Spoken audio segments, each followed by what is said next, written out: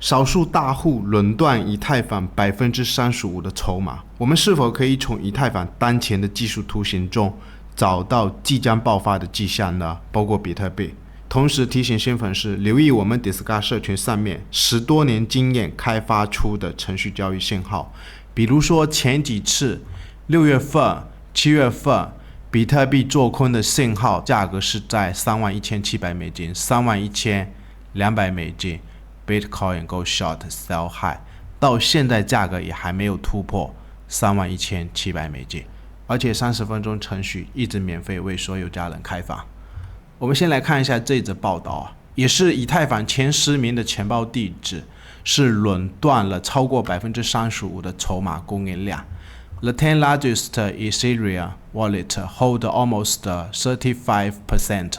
of the cryptocurrency's total supply。就是目前前10名以太坊钱包持有的地址是掌控了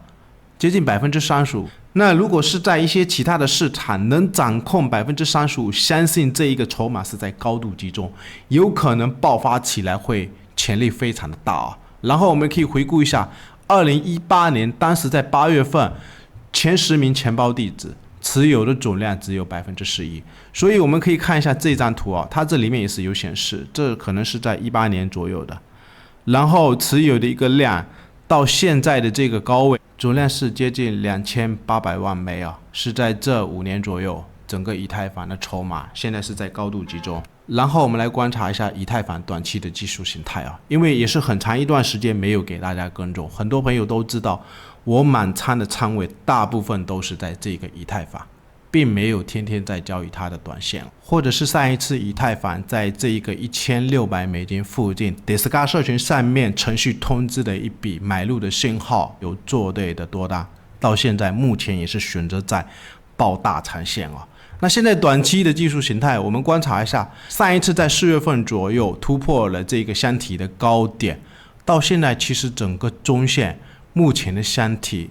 发现它是有在积累的迹象啊，有可能是不是在空中蓄势，会不会在下一周做一个重大的突破？等下来跟大家聊一下，包括比特币也是有2个时间点是重叠在下一周啊。然后我们观察一下，如果以太坊从这一个上去陷阱压回来的一个位置横盘到现在，目前的时间是100多天左右啊，所以有没有可能积累的区间横有多长，会不会竖有多高？只是这个时间是非常的难猜测。我也是一直在观察以太坊，其实整个形态是非常的漂亮啊。上一次它这个高点过的时候是并没有过这个高点，所以周线里面它是并没有背离的结构，整个箱体还是非常的健康。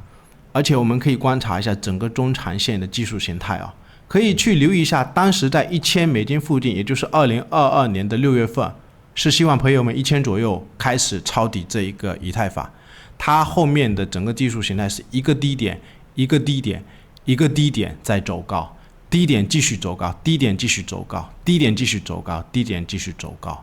所以这个低点会不会破，短线你要防一点。还有一个支撑位是在这个位置，也就是当时是在这个区间的时候有跟朋友们聊过，是在这个位置哦，还是这个位置我也不记得了，反正就是在这个整理区有跟大家讨论过，比特币跟以太坊是有一个非常大的头肩底的形态。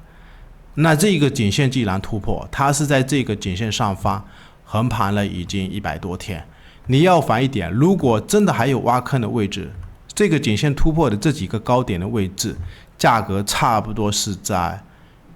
1700美金附近。然后我们再观察一下比1700的这个支撑位哦，如果从这个大头肩底的形态去观察，其实有几个质押转换的位置是在这一根被突破，它这个颈线的位置1700附近当时是被这一根突破，我们可以观察一下，后面是这个位置也是有区间整理的支撑，包括这根 K 线跌下来，它后面在周线里面这一根 K 线的收盘也是差不多收在1700附近，而且这一根 K 线的突破也是在1700附近。那这一个组合它是一个周线里面的呈现，所以要预防的一点，如果真的还有资金要开多的朋友，你去观察一下它还有没有可能压回这个位置，或者是不然就等下一周到底有没有可能大幅的往上突破。如果有放量的位置，你要追价也可以啊，主力不一定会给这个位置。而且我们可以观察一下，它其实非常的健康，就是这个高点，比特币是把前面的这个高点给突破，以太坊是并没有啊，所以它这里面的指标结构是在修正，而且它并没有背离。然后我们也可以观察一下 MACD 的结构，现在是放了10根，差不多10到12根左右，到底有没有可能往上去变趴？有可能它还是在震荡，也不排除它会不会再横个10根。然后我们来观察一下比特币短期的技术形态啊。首先来看一下昨天收盘的价格是又回到 29.5K 下方，我也是希望它赶快走一个破底方啊。比如说按以往的经验，这种箱体跌下去，它能在8天至13天左右又回到这一个箱体里面。以往的经验，像这种破箱体又回箱体，它应该都是要去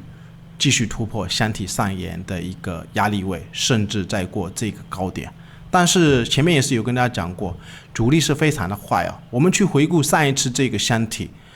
破底翻上来，它并没有走一个破底方，就是按道理破底应该是要翻到这个平台上沿，破底应该要翻到这个平台上沿，或者是破底应该要翻到这个平台上沿。那现在为什么不走一个破底方的走势？我也是希望它赶快翻上去哦，有可能就类似这个区间，这边有2个破底不翻上去，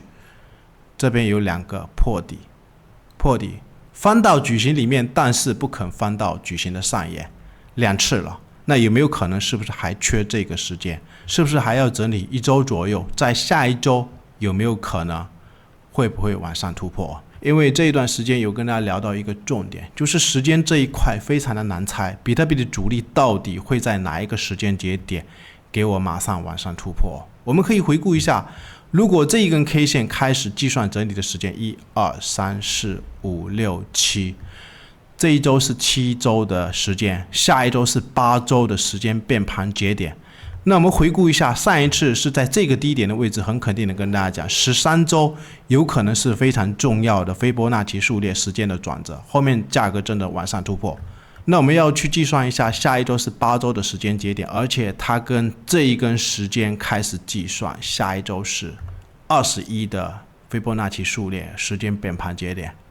然后我们再来观察一下前面几次有跟大家讲的一个支撑位 28.8K。如果朋友有短线做对的，我前面是有跟大家提到，你可以把防守设在这个